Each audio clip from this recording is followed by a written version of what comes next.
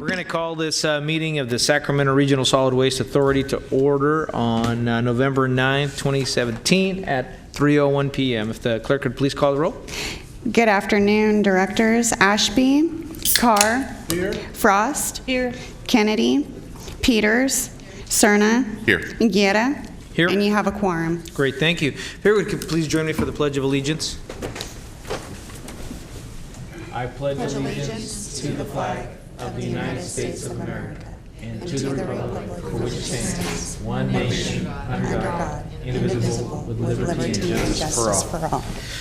Okay, and we'll go and ask the clerk to please read the announcement. Yes, this meeting of the Solid Waste Authority is cablecast live on Metro Cable 14, the local government affairs channel on the Comcast Consolidated Communications and AT&T Uverse cable systems. The meeting is closed caption and webcast at www.sacmetrocable.tv. Today's meeting will replay Saturday, November 11th at 4 p.m. and Monday, November 13th at noon on Channel 14. Members of the audience wishing to address the board should fill out a speaker identification form located at the back of chambers and give it to the clerk. Please speak into the microphone when addressing the board and state your name for the record. If you have any electronic devices, please silence them at this time. Thank you. Great, thank you very much. We're going to go ahead and go with the first item. Item number 1 is General Manager's Report. Thank you for attending. Thank you for attending. I don't have a report at this time. Great, thank you very much. We have items on the consent calendar here. Is there a motion on the consent calendar? So moved. It's been moved by Board Member Carr. Is there a second? It's been seconded by Board Member Kennedy. Is there any comments from the public? Did we get any comment cards on the consent item? No. No comments from the public. All those in favor, please signify by saying aye. Aye. All those opposed? Okay, consent item passes. We'll move on to the next item. Okay, item number 4 is Street Recycling Container Collection Service Agreement.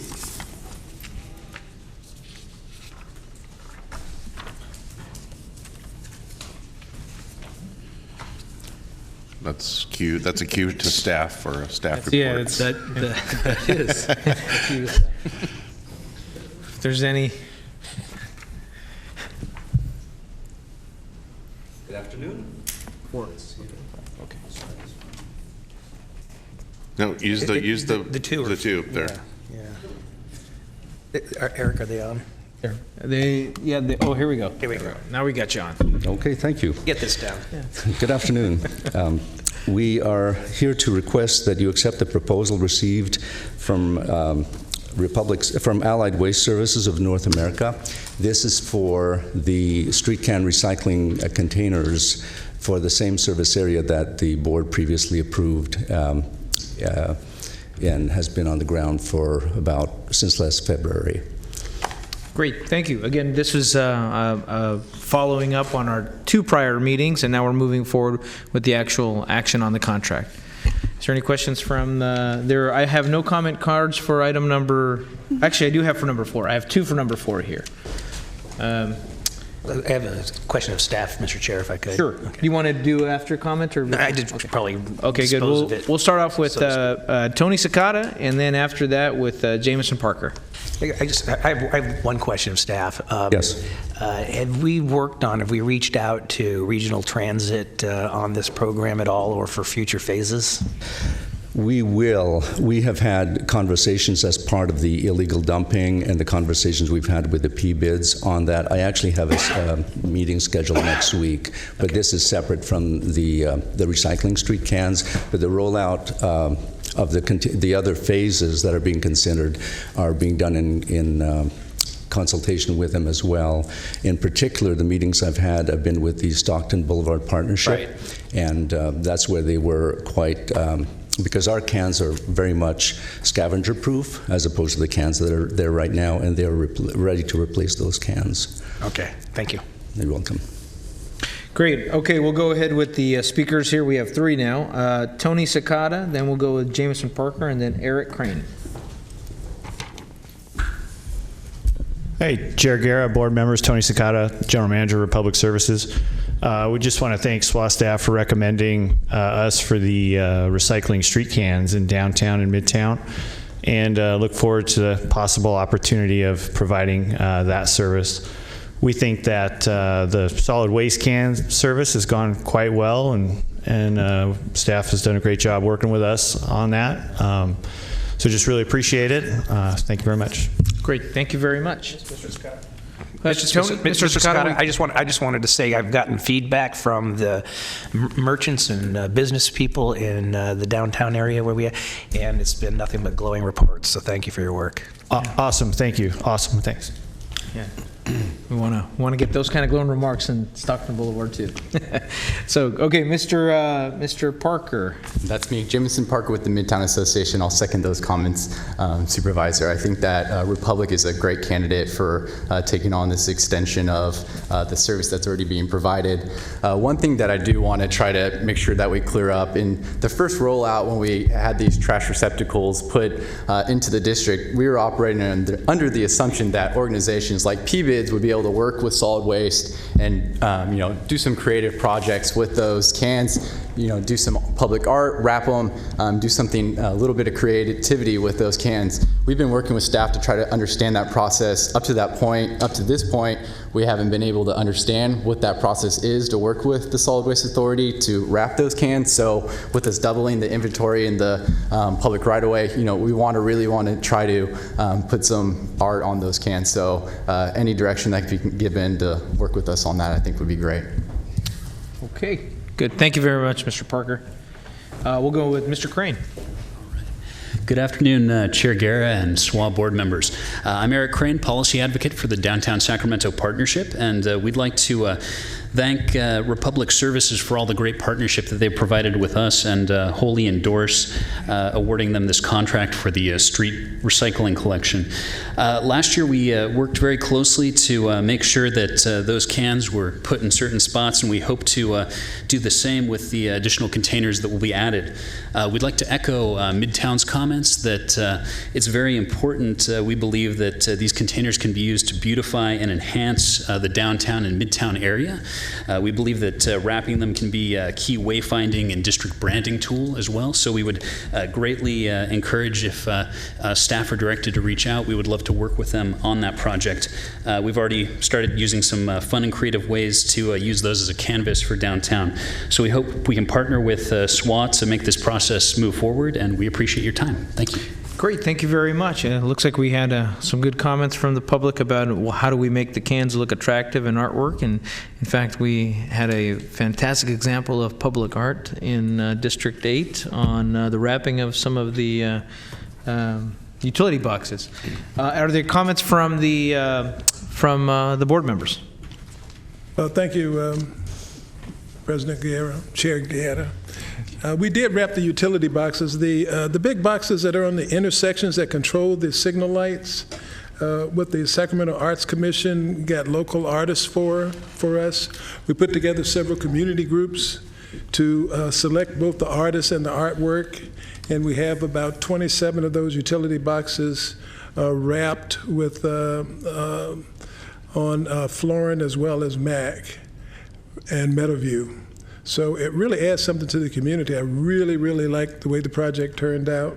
And if you want to know more about it, you can go to D8 Create, D and the number 8 and CRE and the number 8. And you can see the artwork as well as where the boxes are. Thank you. Good, thank you. And if there's no more questions from the board members, I think that's, at least having that conversation with staff and finding what that process would be helpful.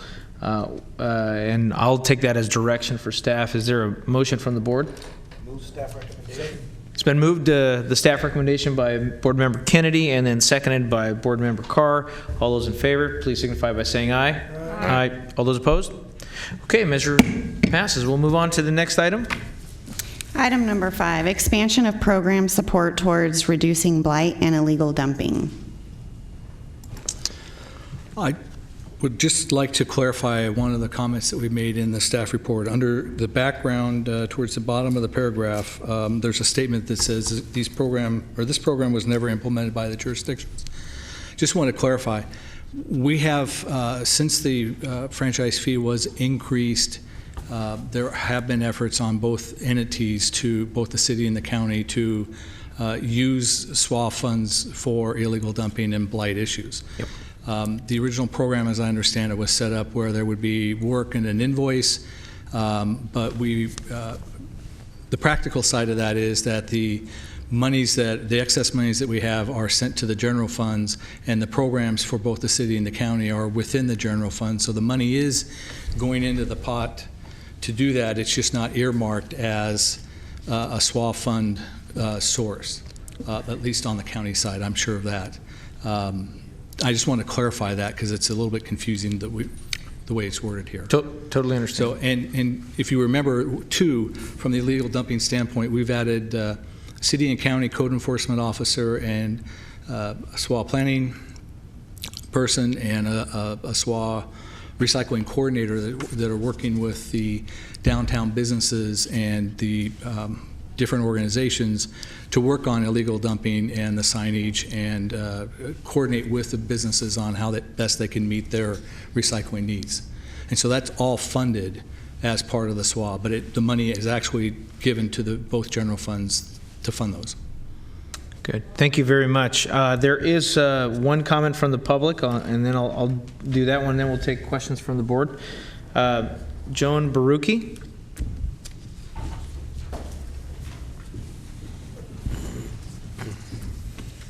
Good afternoon. Joan Baruki speaking on behalf of the R Street Partnership in the Greater Broadway District. We're generally in support of this item. Anything that helps the PBIDs with more resources, we'll welcome those. We did want to just throw out there for the board's consideration the need for the $100,000 going to a consultant study to figure out how to do picking up illegal dumps better, and we're just asking the board to consider, could we put that into services instead, something that we'd be able to feel more immediately. That's it. Sure. Yes, Board Member Peters. Thank you. I'm glad you brought it up because I was planning to ask about that. It seems like $100,000 could be spent by just hiring more people and providing more services. I'm not sure why we need to have a study. And I wonder if the PBIDs could, come up with their own comments on how to collect. Maybe we run it through the PBIDs in some way. I'm sure we can I think there are enough tell PBIDs. You probably pretty much know what is happening in the trash area. Yes, we can pretty much tell you where our hot spots are, where the issues are, what's causing those issues. And I know I'm speaking for R Street and Greater Broadway, but I'm sure the other PBIDs would agree with us on that as well. Okay, Board Member Ashby. Thanks. I had the exact same comment. I just thought $100,000 would probably be better served going into the districts to help with services as opposed to studying the issue, particularly when most of the PBIDs, I think, already have some type of trash collection, so should better be able to identify where those locations are. Might save us some money just to partner with them. I think that was sort of the gist of what I asked for last time was, why don't we work with the PBIDs to figure out where these dollars could better be utilized so we don't spend money on waste in terms of studying, and instead put it to one of these great organizations that'll help us get it cleaned up. So I guess my comment was a little bit different than that. I don't see this money being spent just in the PBIDs area. Correct. Countywide, citywide, that sort of thing. I don't know that we need a study. But they probably know, what kinds of things get dumped and, where it gets hidden and that kind of thing. You're correct, Board Member Peters. And part of this issue is, what do we do with the multifamily homes, the apartment complexes, and things like that? That's the biggest problem. And that's not an area that we've really tackled before. Exactly. And that's where the study is. There's a similar study was done in San Jose, and it really helped define out kind of where the material was coming from, and then helped with plans on how to correct the behavior. When you say where the material was coming from, do you mean where it was coming from before it got dumped, or who was dumping it, or kind of both? I mean, we know around apartment complexes, for example. Why does that matter? It's tenants. It's still junk. Well, no, it's dumped. But in terms of targeting where we're going to send code enforcement officers, I mean, if they're coming into an area, we know on a dead-end street, for example, that it's somebody that's driving in to drop that material off. But when it gets into the commercial areas, is it a business owner? Is it the neighbors? Is it people across the street? Is it, part of that is how we're going to help the code enforcement folks crack down on where it's coming from and then how to correct it so it doesn't happen again. Is there anybody from code enforcement here today to talk about this? I don't know. Nope. Just one final thought. Sorry, Erica, but it just seems like, the city has code enforcement and the county. I don't know why we wouldn't just use those resources to better. First of all, I'm not sure I agree that it matters how it's exactly getting there for code enforcement purposes, because just word of mouth wouldn't give you the ability to go issue a fine anyway. So I agree. I just think the $100,000 is going to be better spent on cleanup than on a study. But it's just my 2 cents. I'd rather see us put it towards enforcement. And these illegal dumpings are so egregious in some areas, like District 2 of the City of Sacramento. I'd so much rather see them get $100,000 worth of enforcement as opposed to a study. Okay, thank you. Board Member Kennedy, and then we still do have one more person on the speakers list here from the public. Yeah, I'm not necessarily advocating for or against the $100,000, but I want to ensure that we go far beyond, and if it takes $100,000, I'm supportive of it, the P bids of kind of what Supervisor Peters said. I can tell you, multifamily areas in the district that I represent are the biggest problem, and they are not within a P bid, and some not even very close to a P bid. So, Right. Okay, we have Mr. Lean on the last on the speakers list here. Good afternoon, SWA. Board members, Mike Lean, L&D Landfill.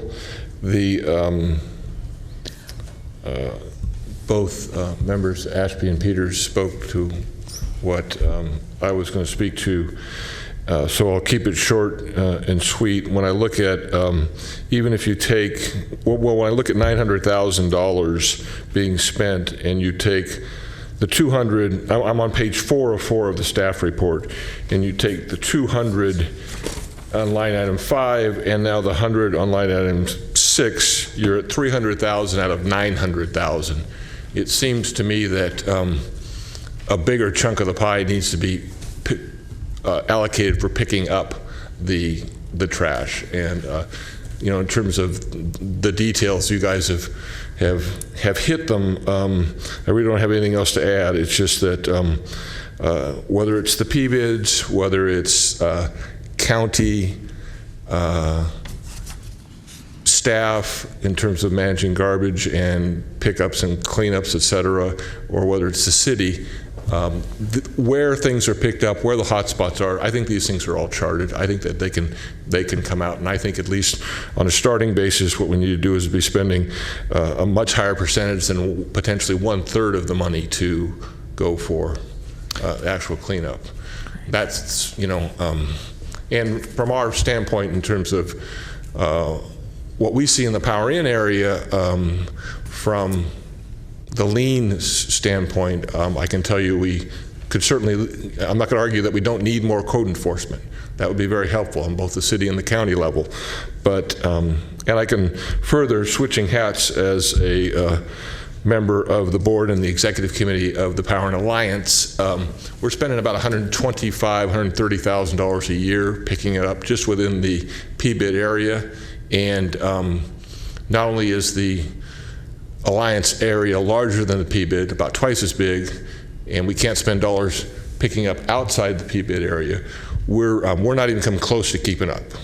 You could, I don't want to guess at how much there's this balance of what we could use versus what we need, and I would think that at least $100,000 in the Power In area would go to very good use. So. Great, thank you, Mr. Lean. I want to, before I bring it up to Mrs. Peters here, I want to bring a couple. Frost. Sorry, Supervisor Frost. I wanted to remind some of the conversation that we had at our previous meeting, which was that we had money going back into the general funds, and at the same time, we weren't actually using the funds or specifically directing them to getting some of this work done. So part of what this item is to do that cleanup and trash. But I think Board Member Carr brought up a good point here. I'm elevating you to Supervisor. But was that we need to find out a better strategy at addressing the illegal dumping that you see in the residential communities and the apartment complexes outside of the P-bids, along with the P-bids. And there are multiple sources of dollars that we're spending throughout the entire county, whether it's city, county. The P-bids are spending their own money. We're also, we have the Conservation Corps and a lot of the other entities that are spending money for cleaning up, and we don't know if we're actually tackling the issue. And for someone who lives near Stockton Boulevard, we have to figure out not only how to clean up immediately, but how do we tackle the issue? And this is, I think, a small amount to look at an analysis of how we, and particularly in areas that are both city and county, whether you're on Stockton Boulevard or up in South Watt or whatnot, that we address how do we go after the actual illegal dumping and solve this issue. We have to clean up immediately. That's why this is there for the immediate need. But yes, Supervisor Frost. Well, that's kind of what I was going to ask. Part of the way I understand the rationale of wanting to spend it on services and cleanup, but also I think part of what we're trying to accomplish is to reduce blight and create opportunities for people to dump their garbage, a place where they can go to dump their garbage so they don't have to leave it on the side of the road. And so my assumption is that that's part of what that study does, and I wonder if you can tell me in a little bit more detail what that study in San Jose entailed and what were the surprises that they learned, or did you speak with them, and what it sounds like they had a good experience with their study. It got to the heart of the problem. So if you could share more about that. Their study was conducted over a 6-month period and in 2014 and 15, and through this process they've actually put a central hub, because there were about 5 or 6 different departments. There was neighborhood development, there was the mayor's committee on gang violence and prevention that were involved with this. DOT picked up material in the right-of-way, and they also coordinate with San Jose State University, which had a large move-out period at the end of the school year. And they found that 40% of the material was generated by multifamily residents. There was 30% that was generated by single-family residents. Even though they had free bulky item collection programs and neighborhood cleanups where 20 of them would rotate throughout the city for about 3 years, they were still getting a large number. And after they implemented their program over a course of years, they saw reductions of 35, 65, and 70% in the 3 zones that they studied in downtown San Jose. So it basically reduced the need for cleanup. Yes, and they actually expanded a bulky item collection program for multifamily customers, which under a pilot, and they've eventually phased out a lot of their neighborhood cleanups where they put debris boxes in the 10 different districts, I think, down there throughout a 3-year period. And so they've also developed an application where work orders were processed, and it's very similar to the 311, but it was specifically for tracking work orders and when the material was collected, and actually tracking the volume of weight and the type of material that they were getting. And about 19% left over was just from people driving through and depositing something on a street corner. So, not saying it's reminiscent or be identical to each city, because that's what the study did address, saying you may not find the same circumstances, but they went for a multi-prong approach and worked with the different departments. Good. Well, thank you very much. Well, I'd support the staff recommendation. From our last meeting, it was going to be only just for cleanup, but I think the point, and I think that Board Member Carr brought up about finding a better way to maximize all of the resources that we have between the city and county, and actually going after to tackle the issue in both the apartment type commercial properties and P-bid areas, and figuring out how do we work together, how do we use all our resources together to have this. I think this is a good balance to make sure that we have the study, we do a little bit of enforcement with the pod, and then the cleanup with the organizations. But But with that, if there are any more comments from the board? Yes, Board Member Carr. I'll second that motion.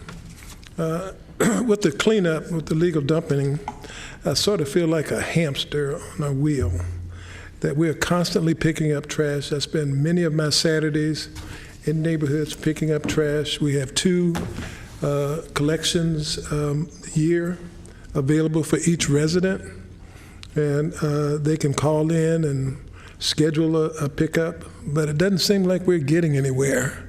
It seems like you could spend your whole day just picking up trash. So I do think it's time for a comprehensive look at what we're doing and how we're doing it, and if there's something we can do better. Board Member Cerna. Thank you.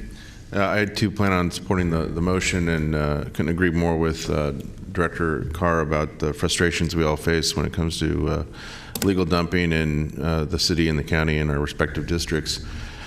As of late, I don't know if anyone else on this board is experiencing it, but I'm receiving a number of constituent complaints about the twice yearly coordinated pickup, that that's not even being coordinated very well, that when they call to establish an appropriate pickup time, they're placed on hold, or there's an excessive hold time period on the phone.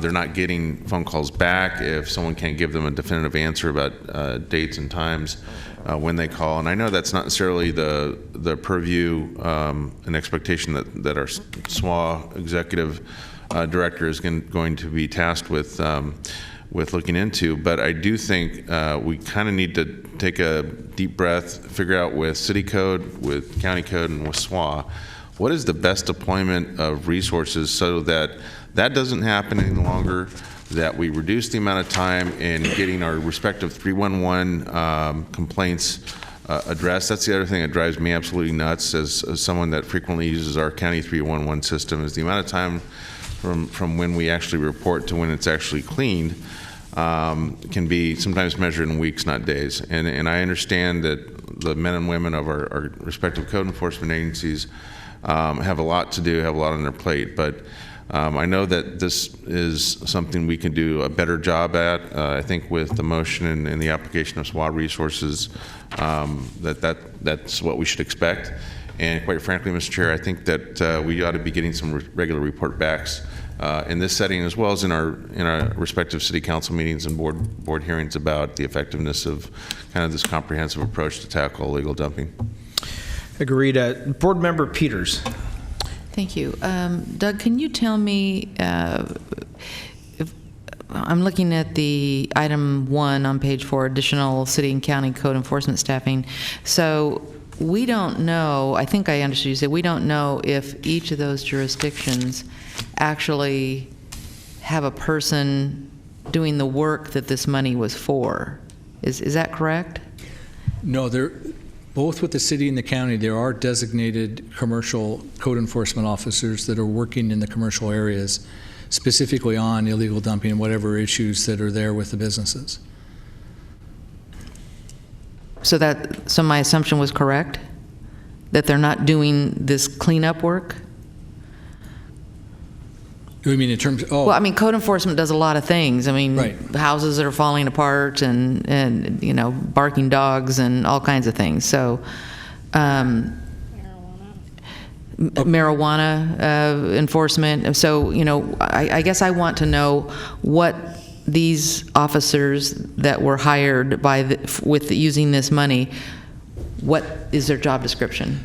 Sorry, I misunderstood your question. So I can speak to the county side. On the county side, if a code enforcement officer goes out and finds an illegal pile, they route that through the 311, and the waste management department will go out and pick those materials up.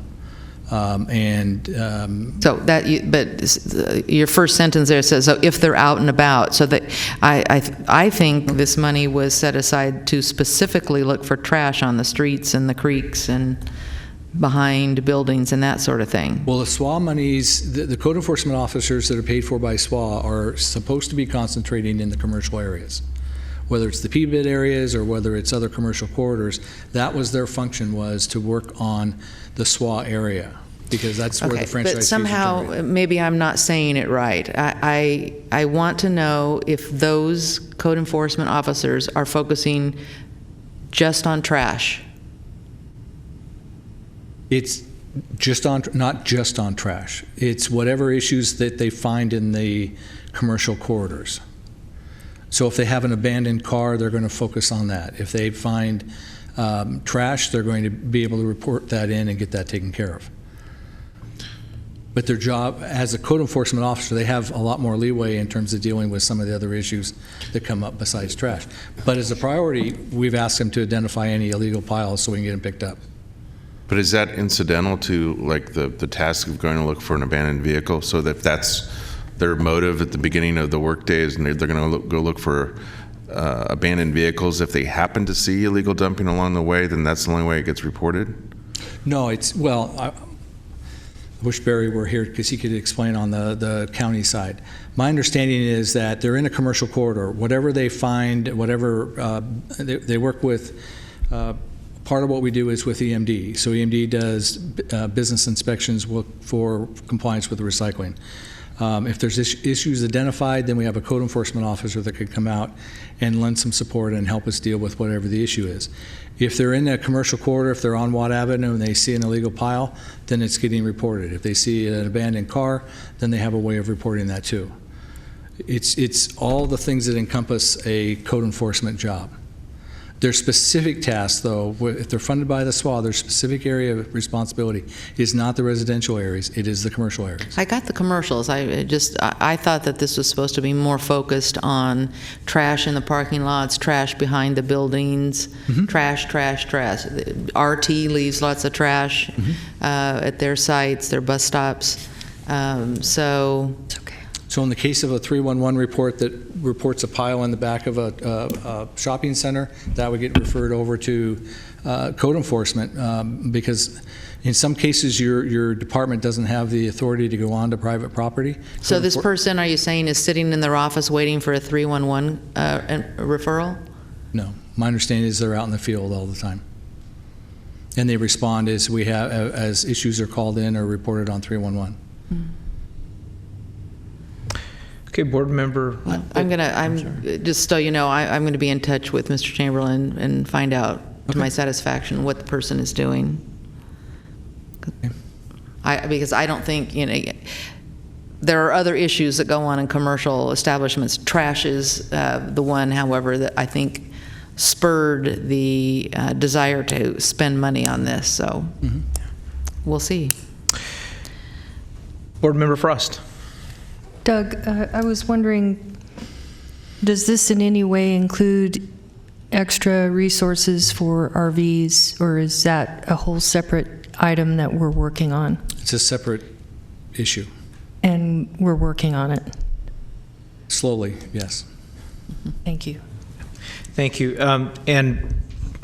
Board member Peters, the code enforcement officers, I think with the resource, first of all, at least for the city side, they're stretched all over the place. And we had I spoke to our code enforcement officer, our director for that, and they also go out to apartment complexes, and those sometimes are you'll see a lot of trash that'll be around apartment complexes, and I've heard it from Supervisor Kennedy and Cerna here multiple times. But a code officer can also go out there and penalize or at least try to address the problem that's happening at that apartment complex.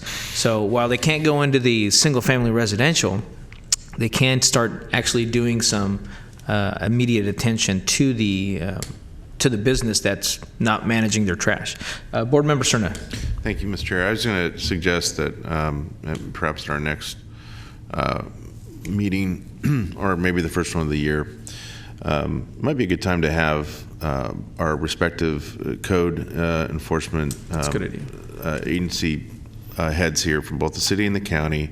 Obviously, we'll have our executive director for SWA here, and give us a presentation on how it all works together. We have these PBID areas, commercial corridors, that obviously extend in unincorporated areas and in unincorporated areas. So we have a mutual intent and desire to make sure that we're firing on all pistons here, and I think it would be useful to have everyone literally in the same room to hear the same thing about how our coordinated efforts are working or what we could do better.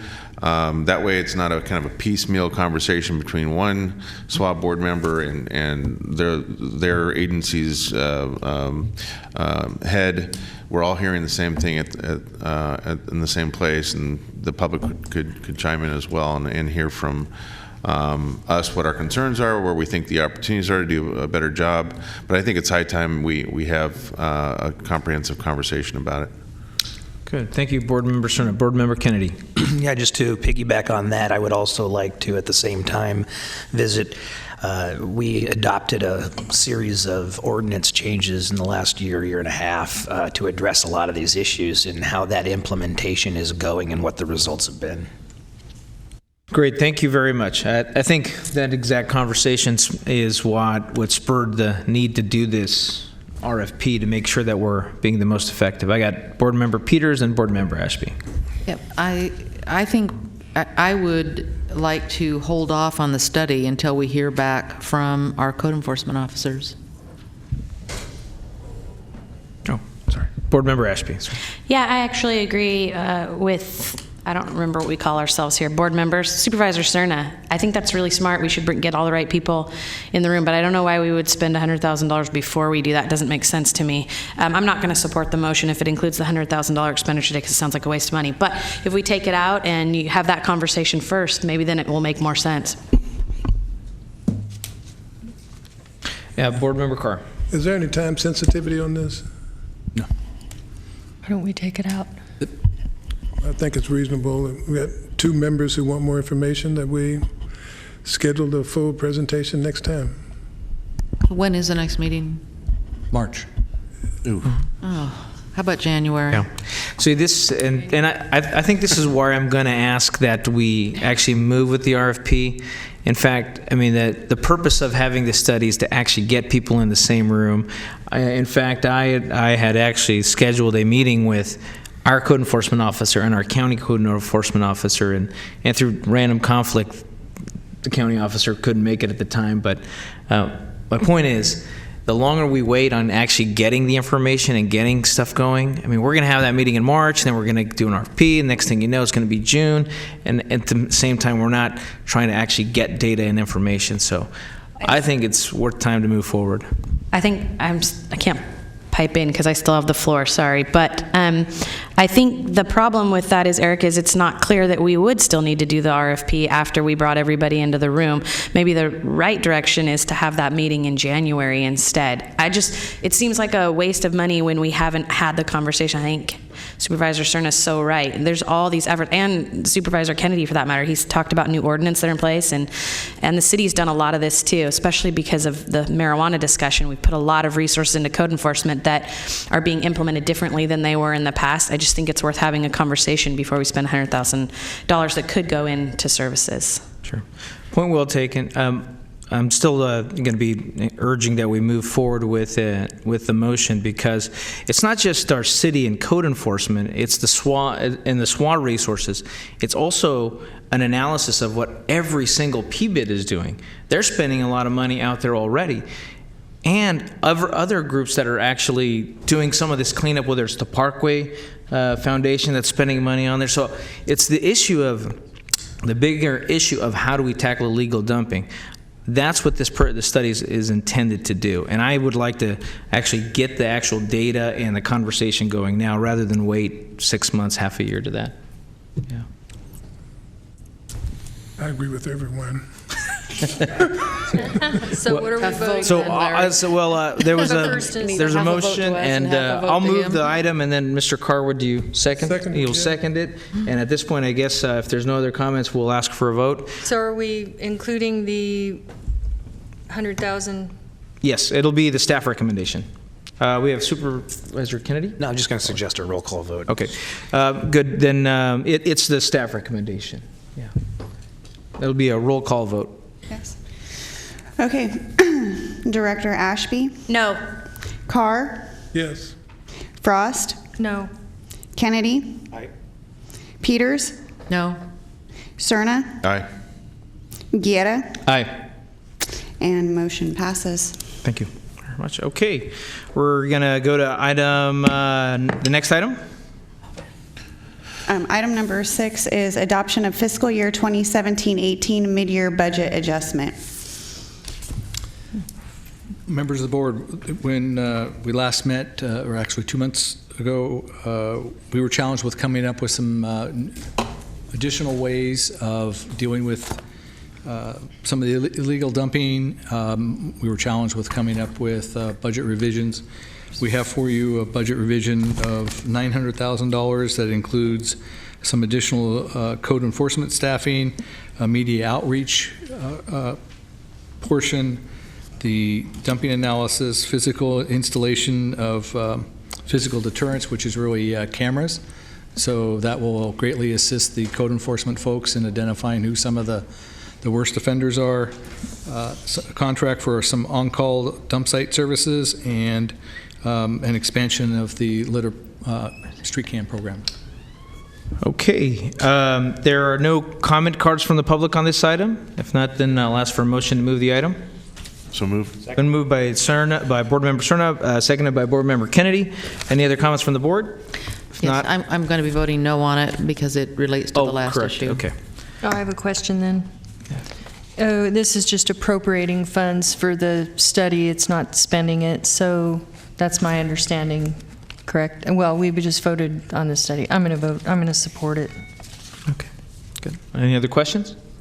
All those in favor, please signify by saying aye. Aye. All those opposed? No. No. Okay, all right. 2 no, motion passes.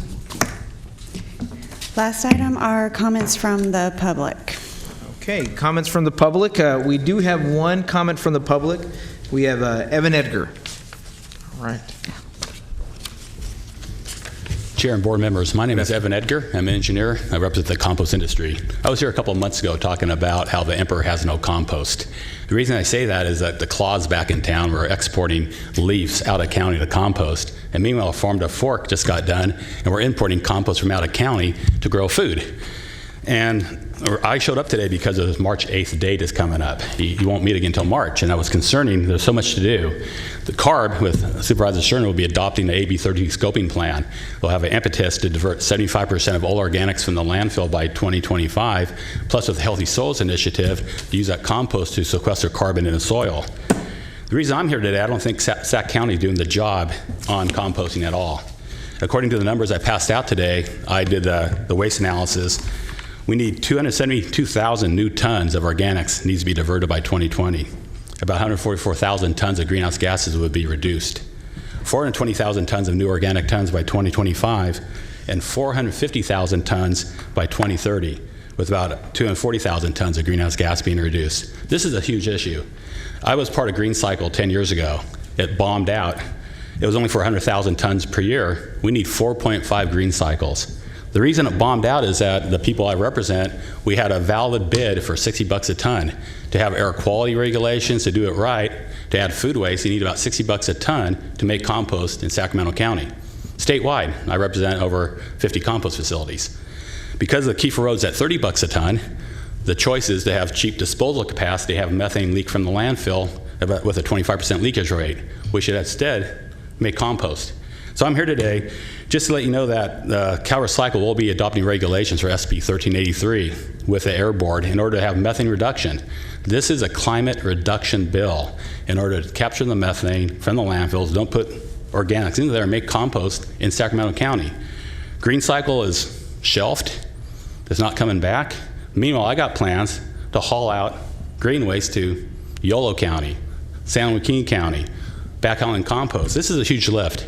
And to wait till March to have another discussion, I haven't heard much from SWA staff for years on this. It's kind of embarrassing to have the Farm to Fork capital have no compost. Thank you. Thank you very much, Mr. Edgar. Yes, I think every jurisdiction has going to have a challenge with this.